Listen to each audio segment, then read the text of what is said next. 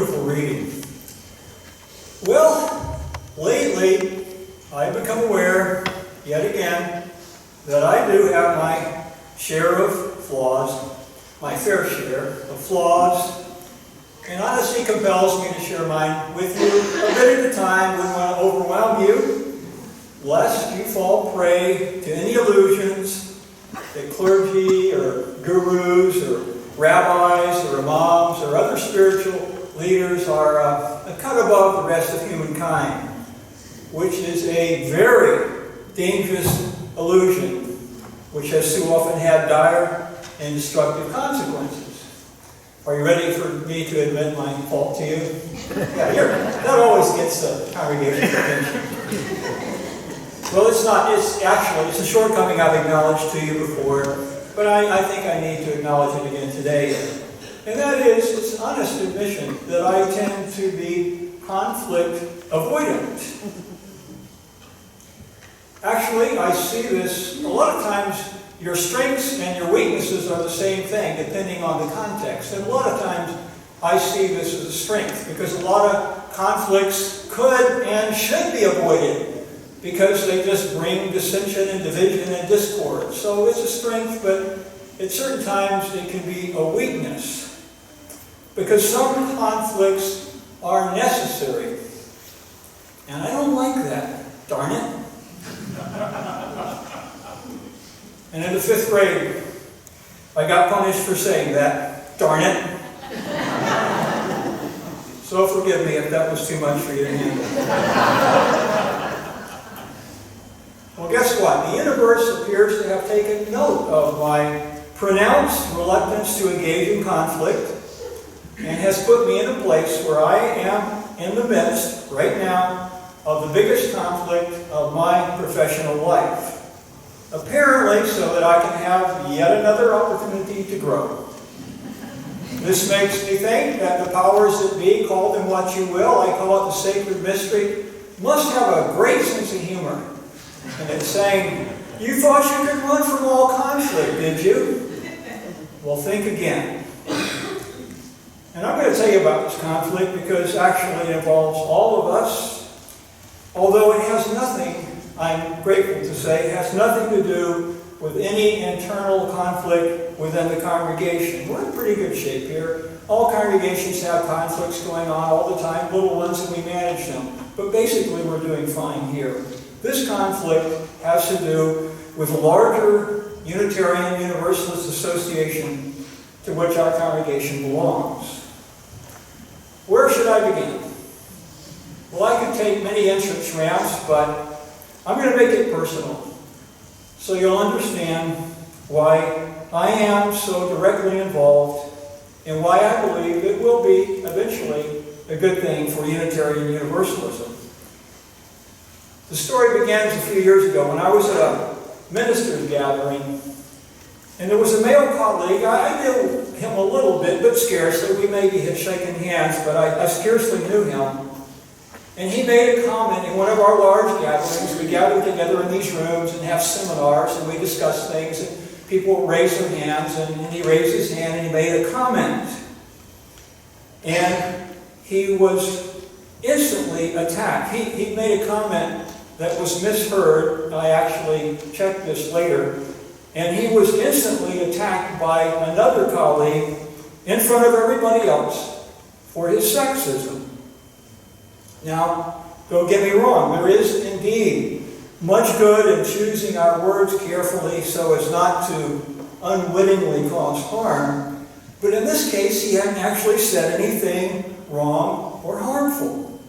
Nevertheless, many got the impression that he had said something wrong, and he felt humiliated and ostracized. Now, especially because of an official role I play in the Ministers Association, the Unitarian Universalist Ministers Association, I felt called upon to reach out to him. I am what is known as a good officer. A good officer, it's a position I've been elected to 4 times in the last 27 years by my colleagues in this district. And briefly, a good officer is somebody who is with ministerial colleagues during times of distress, to offer them support and counsel. And so I naturally felt called to reach out to this minister and comfort him and say, I'm sorry this happened. And I also brought this matter to the attention of the leaders of our ministers chapter, and I told them that this kind of treatment was not acceptable. It wasn't fair. And they agreed with me, but the damage was done. And he no longer feels safe or welcome at our gatherings. And he no longer attends. And I can't blame him. And I've seen the same thing happen in other Unitarian Universalist settings too. Not here, I'm happy to say, but I've seen it happen in other Unitarian Universalist settings too. And I've been told that this calling out culture, where you call somebody out in front of everybody else, is part of, it's what they call fierce love. Fierce love. Well, in such moments as this, I have felt the fierce, but I haven't felt the love. It feels punitive and vindictive and gratuitously cruel. It's not a good learning environment for spiritual growth when you're afraid that if you say the wrong thing, somebody's going to nail you in front of everybody else. So afterwards, I periodically checked in with this minister to see how he was doing. And we struck up a friendship. And I soon came to admire him for his intelligence, his warmth and integrity, and his steadfast commitment to social justice. I learned that he had lost his previous job in journalism because he stood up for marriage equality. He stood up for it. And he lost his job because of that. He's also been very effective and active in challenging racial injustice and environmental harm. He's well known in his own community for that. He's about as liberal and progressive as they come. Well, during my conversations with this minister, the Reverend Dr. Todd Eckloff in Spokane, Washington, we shared our misgivings about a disturbing trend in our association that is occurring not only in our association, but in many liberal circles and organizations. Academia is another good example. As one lay member of our association has written, Unitarian Universalism is falling victim to a larger national trend of liberals silencing and publicly shaming other liberals who present critiques of a very specific version of rigid, dogmatic approaches to social justice. And she continues, this trend has had a chilling effect on open and honest discussions around the difficult and crucial question of how best to balance equality and individual freedom, both within Unitarian Universalism and in society at large. That's the end of that quote. And this trend of liberals silencing other liberals is especially concerning, coming as it does now when we have a morally unfit master of mendacity in the White House who is openly racist, nativist, anti-environmentalist, who poses a threat to our democracy and the well-being of us all. This is a dreadful time for our nation to have such a leader. And this reminds me, this trend of liberals shaming and fighting with other liberals reminds me of that Monty Python movie, The Life of Brian. Any of you seen that movie before? The Life of Brian. Well, in that movie, it's set during the time of Jesus, and there are these two groups. And they're fighting for liberation from the Roman Empire. Except, before they do that, they spend all their energy squabbling with one another instead of undermining Roman rule. So here's a prime example of what Todd and I and many others are questioning. And first, let me note that the issue of racial injustice within our association, where it exists, frankly, I have never met during my 33 years of ministry anyone who's joined our congregation who openly embraces racist views. Not one time. Nevertheless, we carry within us, we're infected by racism. We are raised in a racist culture. It's inevitable that we bring racist perspectives and implement racist structures in our lives. It's important that we look at that within our societies, within our congregations, and in society at large. And that is a good thing, that the Unitarian Universalist Association calls for us to look at this. This is one of the reasons I am a Unitarian Universalist. We have a history of advocating for racial justice. However, the approach the leaders of our association is taking is, according to many, it's not the most effective. For example, the leadership of our association is insisting that we acknowledge that the Unitarian Universalist Association is a white supremacist organization. I'm not kidding you. They insist that we refer to ourselves as a white supremacist organization. Not, you're confused. Yes, of course you are. Not in the sense that we support white supremacy, but in the sense that we, like most institutions in our country, unconsciously embody systemic racist practices, which I think is true. If I were a person of color, I imagine I could see this more clearly. And indeed, the evil institution of slavery and racist ideology has profoundly distorted American society in such cruel ways that we're only beginning to recognize and need to recognize.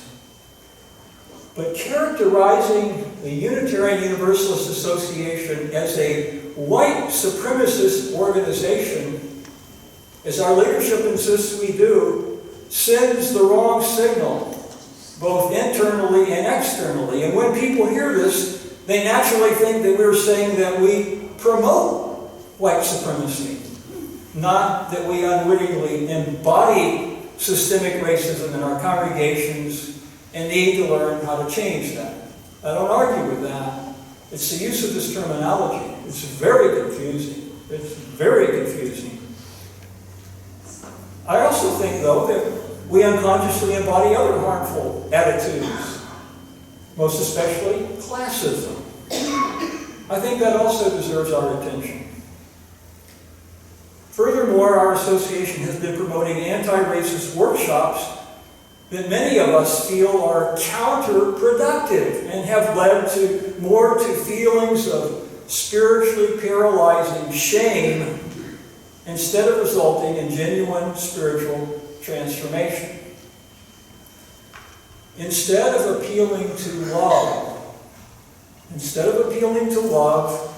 as a motivator for change, a love which can lead to awareness and genuine feelings of remorse, these workshops, according to the testimony of many Unitarian Universalists, come across as an angry demand for change without clear guidelines as to actually how to bring this about. And so often people come away from these workshops feeling shamed, humiliated, resentful, instead of enlightened and transformed. And in response to this, some proponents of the current approach say that those who question it are showing their white fragility and displaying their reluctance to give up their white privilege. And maybe, sometimes that is true. But listen to what Buddhist practitioner Claire Greenwood has to say about the theme of renunciation, because I think it applies here in many instances. And she writes, "The key mistake I made during my monastic career was the belief that renunciation is supposed to hurt, that it can be compelled from the outside in rather than the inside out. I believed I could will myself to renounce. But renunciation, true renunciation, comes from understanding, not force. And finally she writes, renunciation clears away the psychological clutter in our lives that get in the way of joy. Renunciation clears away the psychological clutter in our lives that gets in the way of joy. And I think many Unitarian Universalists, many of us are in a place in our spiritual journey where we feel motivated to renounce white privilege, not because somebody tells us we have to, but because of our love for those who have been marginalized. There are actually a variety of programs for dismantling white supremacist structures that pervade religious communities and society at large. And I think that the Unitarian Universalist Association should consider alternatives that will be more effective and transformative. Yet the UUA, the Unitarian Universalist Association, currently promotes a model that feels more like a political re-education camp than opportunities for deepening spiritual awareness. And the Black Unitarian Universalist theologian Tandeka has characterized these as race campaigns that are filled with rancor and anger, divisive strategies, and devastating conquests. And similarly, Black feminist Loretta Ross has written that call-out culture is toxic. There are better ways to do social justice. I think so. And then there's this. Here in Oregon, Oregon has a racist history, and if you don't know about it, you should learn about it. Originally, we didn't even allow, this state didn't even allow blacks to come and reside here. And that's why we have such a low black population in this state. But we have a significantly growing Hispanic population. And there seems to be no recognition in the Unitarian Universalist Association that different regions of the country are called to address racial equality in different ways according to our different contexts. So back to Todd. Last winter, Todd sent me a rough draft of some of his reflections. He was critiquing the leadership of our association. Leadership, when it goes astray, should be critiqued, I think. And his critique struck me as honest and fair and insightful. Little did I know what was to come. It so happened that the annual General Assembly of the Unitarian Universalist Association was in Spokane, Washington, where Todd serves as the minister of the UU congregation there. It's a really good-sized church. It's about twice our size. So here it is. Thousands of Unitarian Universalists were coming to be right at Todd's doorstep. And at this assembly in June, he distributed free copies of this essay that I had read a rough draft of, and two others that I hadn't read, but I knew about and basically agreed with. And he put it together in a self-published essay, self-published book entitled The Gadfly Papers, 3 Inconvenient Essays by One Pesky Minister. Seemed like an innocuous sounding book to me. The night before I talked to Todd about this a couple of weeks ago, and he said that the night before he distributed his book, he reflected upon the momentous step he was about to take, and he felt considerable anxiety. But he realized if he didn't take advantage of this rare opportunity to share his honest views with his fellow Unitarian Universalists, he would be remiss in his ministerial calling. And so he decided to do what his conscience bid him do, And I knew his conscience had been bidding him to do it for a long time, and here was an opportunity, and he decided to do it, however severe the consequences. Little did he realize how severe they would be. Now, this book, The Gadfly Papers, has gone on to become the #1 selling book among Unitarian Universalists. It's gotten quite a few positive 4- and 5-star reviews from Unitarian Universalists. If you Google The Gadfly Papers, you can look at the customer reviews. Many of them are 4- and 5-star reviews, and some of them are not. But the response he got at the General Assembly from this book was severely critical. Severely critical. The book was quickly characterized as racist, homophobic, transphobic, and ableist. And when people say, cite passages to back that up, nobody cited a single passage. And still, they have not cited a single passage to back up that claim. Not a single passage. And in fact, many who have now read the book must be thinking, oh, surely they were reading another book. This was just the beginning. During that tumultuous General Assembly, white Unitarian Universalist clergy, they quickly crafted a letter condemning the book, and they directly suggested that Todd is not fit for our ministry. And furthermore, they strongly recommended that people not read the book.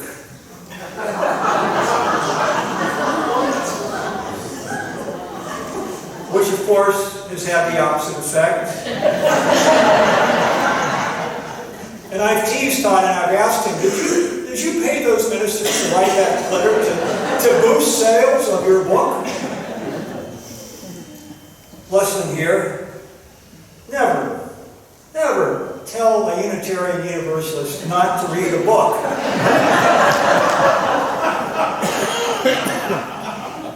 Unless you want them to actually read it.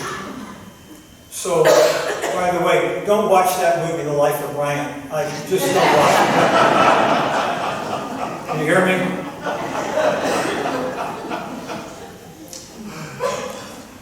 So if you want to read this letter, you can. If you Google the Gadfly Papers, you can scroll down the letter and you can see the letter from 500 of my colleagues that they signed, should you care to read it. Well, I was on sabbatical while all this was happening. But then I learned about it. Someone in the congregation you'll be hearing from in just a couple of minutes sent me an email, and I read up all about it.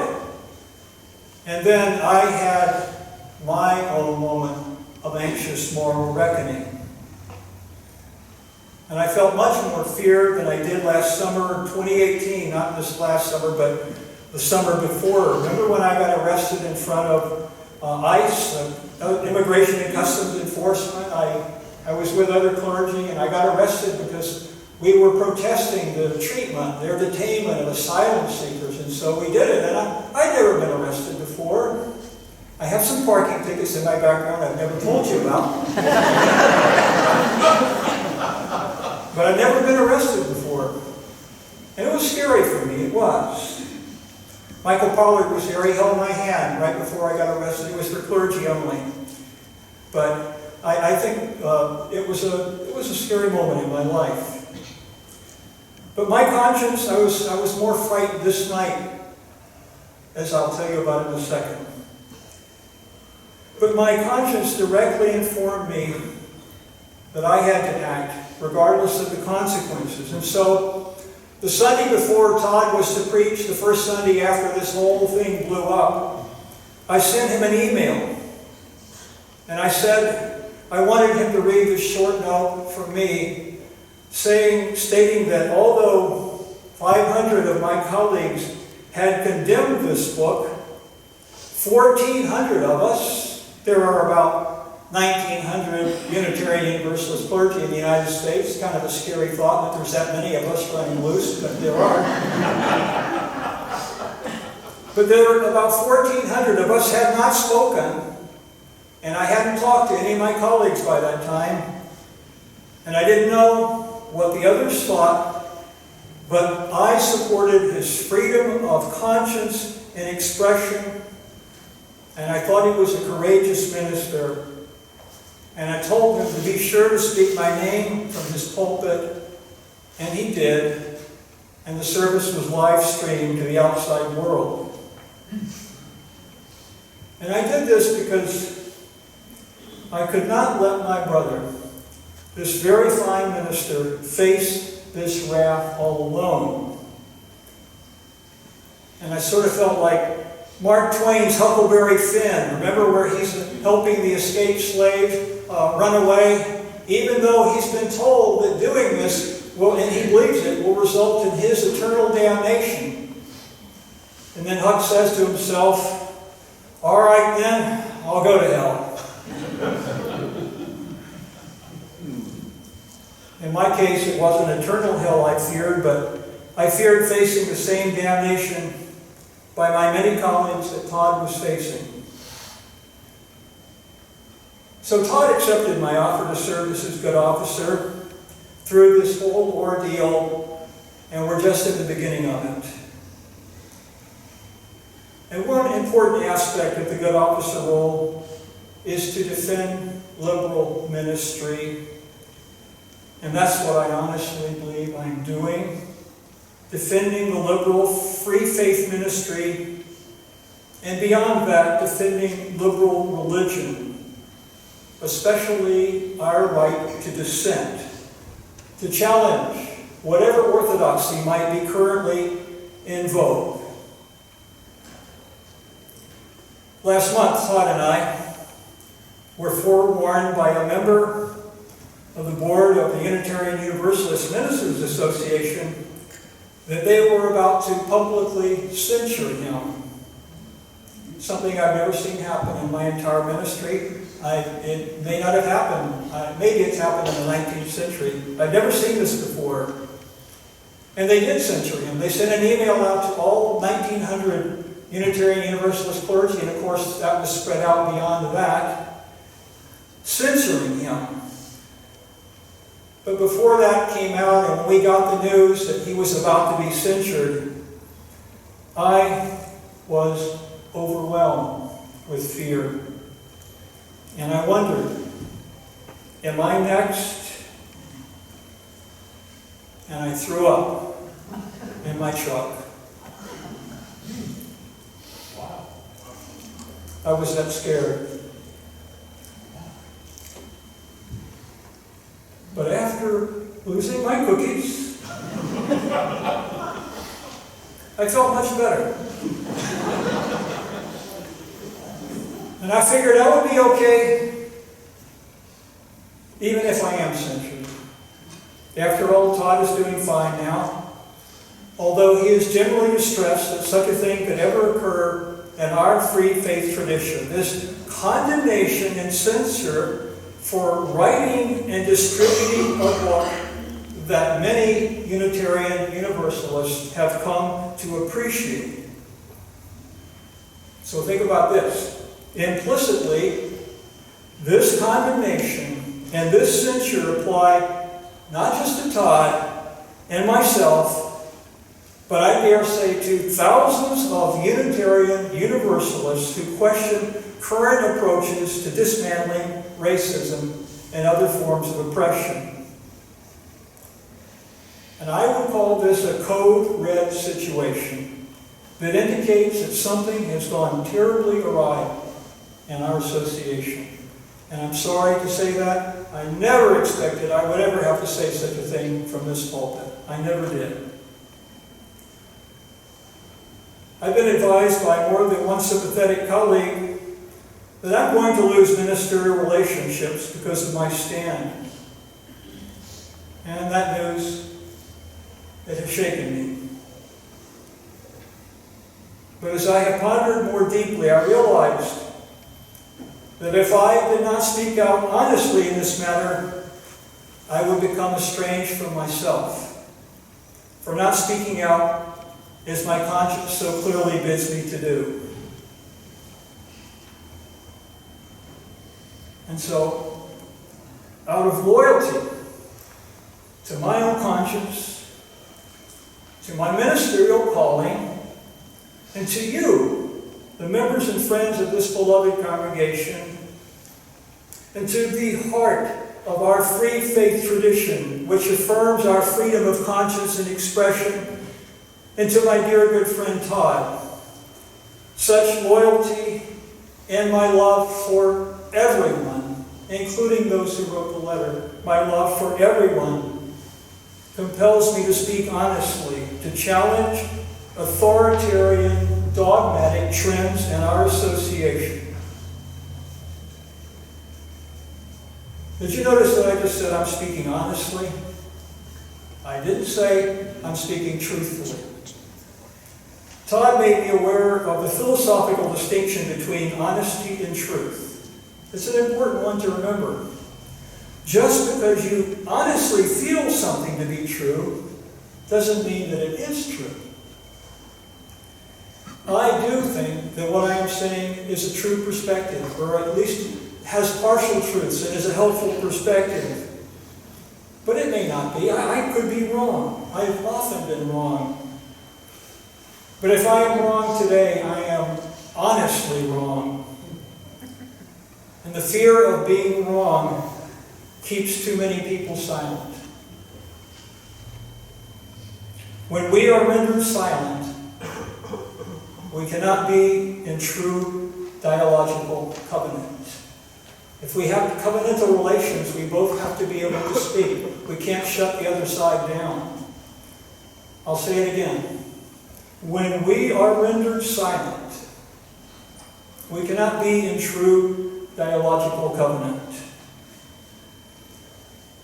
So here I am, perhaps the most conflict-avoidant minister I know. And I was sorely tempted to follow my usual inclination to avoid conflict, to take a path of retreat, of sitting down and being quiet. But I am choosing the path of conflict, or as one friend puts it, carefrontation. I like that word. Carefrontation. Because I think that's what we need in our association right now, an honest carefrontation.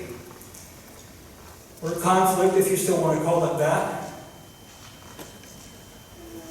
I think that if we can have an honest carefrontation, and if we can stay within the covenantal bonds of love, and that's not going to be easy, we'll discover that that is what was really needed in our association.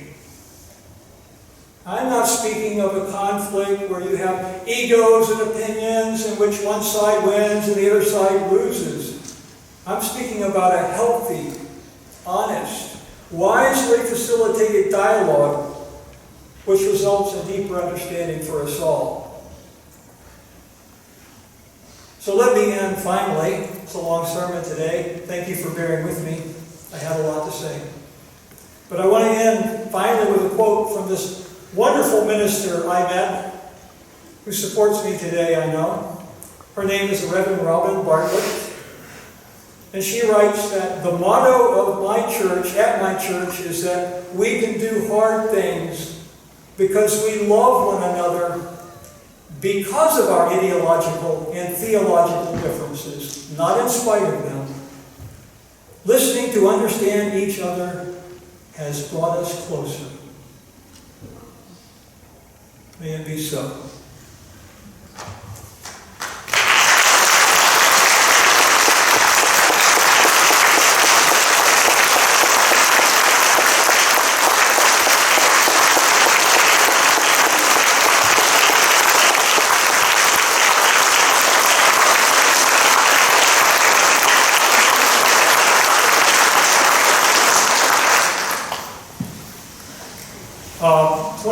Years. I've never gotten a standing ovation.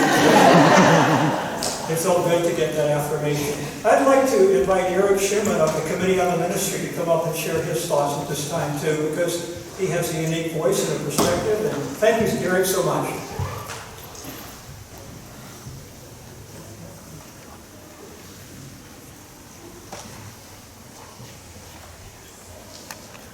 I'm addressing you this morning on behalf of your Committee on Ministry.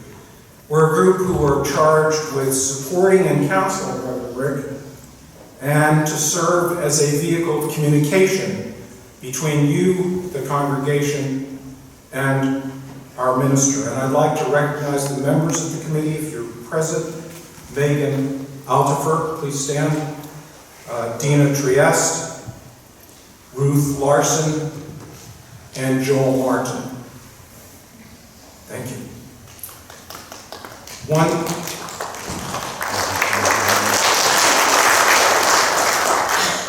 One little piece that happened at General Assembly that Rick didn't mention was that after this book, this treasonous, heretic book, the Gadfly Papers, was distributed at a table at General Assembly, the Reverend Todd Eckloff was thrown out of the General Assembly by the leadership of the Unitarian Universalist Association.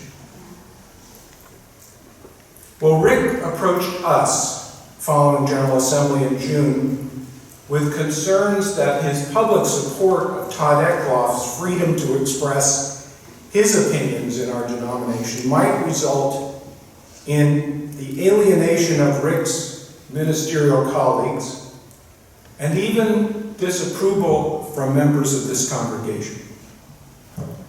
Now, as he's explained it, it's Reverend Rick's responsibility as a good officer to support and counsel his colleague, all of his colleagues in this district. The district is Alaska, Oregon, Washington, and parts of Idaho. With 26 years of service, not only is he the senior minister in the Pacific Northwest District, but he's been elected 4 times by his peers to serve in the capacity of minister to ministers. I think that says a lot. The Committee on Ministry hopes that you're going to reach your own conclusions about what path this denomination takes to fight racism. We hope you'll read Todd's book, The Gadfly Papers, and that you'll share your opinion with others, and what position you take in this controversy is not our concern. I do feel compelled to disagree with Rick on one point. I'd like to challenge his claim that he's being entirely truthful with you, because he isn't. He said he has unwaveringly avoided confrontation and conflict during his ministry with us. That just isn't true. In 1993, and some of you were here then, Lon Mabon, who founded the Oregon Citizens Alliance, launched a ballot measure which would have amended the Oregon Constitution and declared homosexuality as abnormal, immoral, wrong, and perverse, and prohibit teaching gay-positive messages in public schools. Well, Rick stepped up to the plate as the only minister in the state of Oregon willing to debate Lon Mabon on television. So tell the truth next time.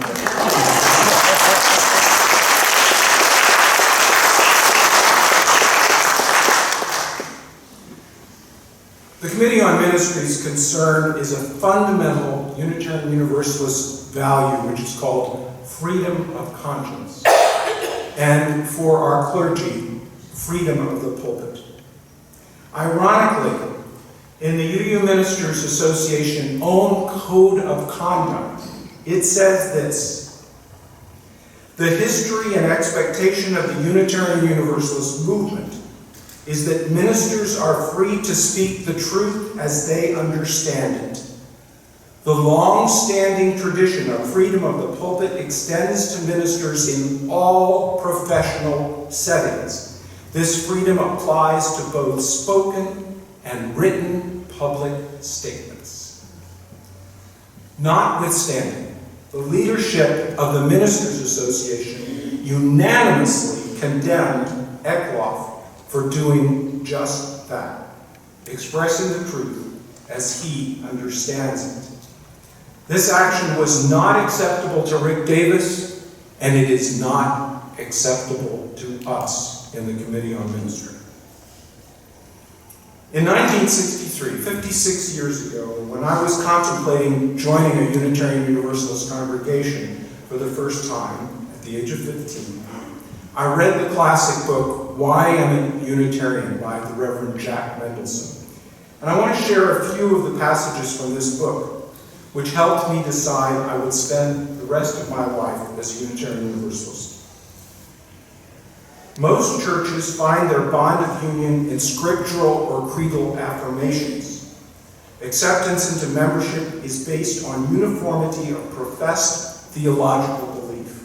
We go well beyond this to express our conviction that differing views are natural and healthy, and that attempts to enforce religious conformity are deadening and potentially destructive. It further states, with us, reason holds the place ordinarily accorded to revelation in Orthodox religion. That person is likely to behave best who exercises reason the most. And finally, those who differ with us argue that we must be directed by infallible religious guides, or our inherent frailties will corrupt and destroy us. The church, which claims authority to dictate beliefs, is a human institution, and its final truths are no more than the conclusions arrived at by human leaders. I leave you with this, which is sometimes attributed to Unitarian forebears, but the authors have really known. We need not think alike to love alike. Blessings. After the service concludes today, 10 minutes later, we're going to reconvene here in the sanctuary for a discussion of the issues which have been raised both by the Gadfly Papers and by Rick's support of his colleague, Todd Eckloff. So we invite you to get your beverage and come back here 10 minutes after the conclusion of the service to join this discussion.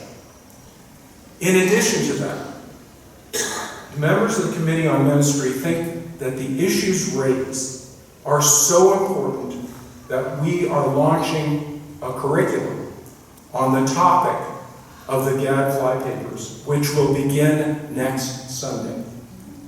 It is going to be 3 consecutive Sundays for 1 hour each, 10 minutes following the service, and you are all invited to attend and participate. You do not need to register, you just need to show up. It will be facilitated by us, the members of the Committee on Ministry.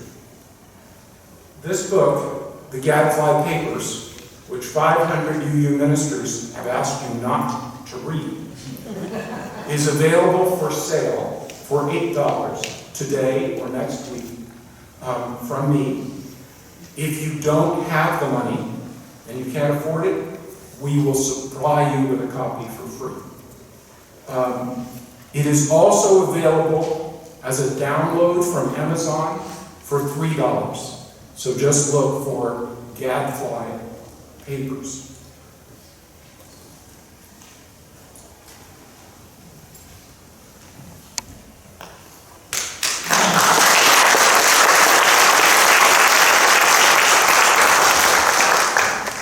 Eric and I met before I became a minister here because he was on the original search committee, they called me. And so our friendship is long and deep, and I'm so grateful for his support. I'm so grateful for the love that we share in this congregation. And if we could join together just in a period of meditation where we just simply